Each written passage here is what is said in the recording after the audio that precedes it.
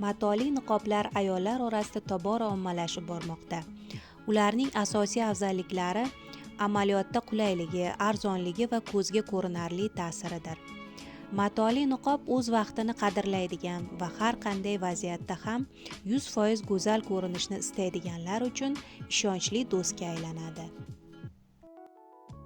Matoli niqob nima uchun kerak? Matoli kosmetik niqoblar tarkibida yuqori konsentratsiyalangan foydali tarkibi mavjud bo'lib, shu sababli ularni terini parvarish qilishning tezkor va samarali usuli deb atash mumkin. Agar siz niqobni to'g'ri tanlagan bo'lsangiz, u teri rangini tiniqlashtirishi va namlanishiga yordam beradi. Bundan tashqari ko'plab niqoblar antioksidant xususiyatlarga ega. Ko'pchilik niqob faqat yuzni namlantirish uchun kerak deb hisoblaydi. Lekin bu noto'g'ri fikr. Ayrim niqoblar yoshga doir va mimik ajinlarni kamaytirishga yordam beradi. Teriga hech qanday qizarishlarsiz sog'lom ko'rinish baxsh etadi. Bir martalik niqoblarning asosiy afzalligi deyarli darhol ta'sir qilishidir. Shuningdek, ulardan foydalanishda hech qanday maxsus bilimlar talab etilmaydi. Faqatgina mahsulot orqa tomonidagi yo'riqnomani o'qib chiqish kerak. Tarkibi, muddati, qachon qo'llash kerakligi va boshqa ma'lumotlar, bu esa niqoblardan eng yuqori samara olishga yordam beradi. Matoli niqob turlari. Ular 4 turga bo'linadi: namlantiruvchi, oziqlantiruvchi, yoshartiruvchi, yog'lanishga qarshi. Namlantiruvchi matoli niqoblar terini namligini uzoq muddat ushlab turishga yordam beradi. Oziqlantiruvchi niqoblar vitaminlar, minerallar, moylar va boshqa foydali moddalar bilan to'yintiradi. Yoshartiruvchi niqoblar tabiiy kollagen va elastin ishlab chiqarishini faollashtiradi.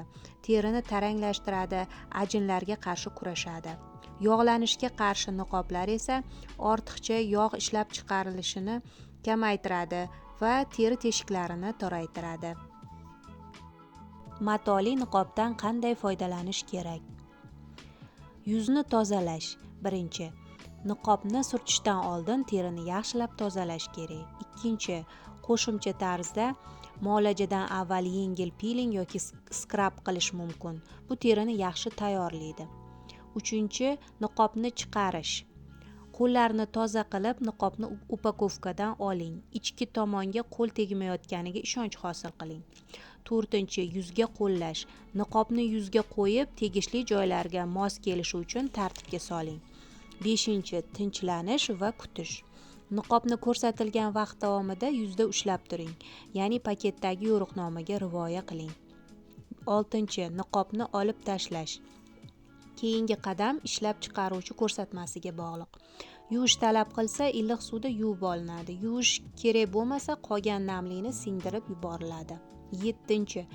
Namlantiruvchi krem surtish. Terini yanada namlantirish va ta'sirini uzoqroq saqlash uchun krem surish tavsiya etiladi.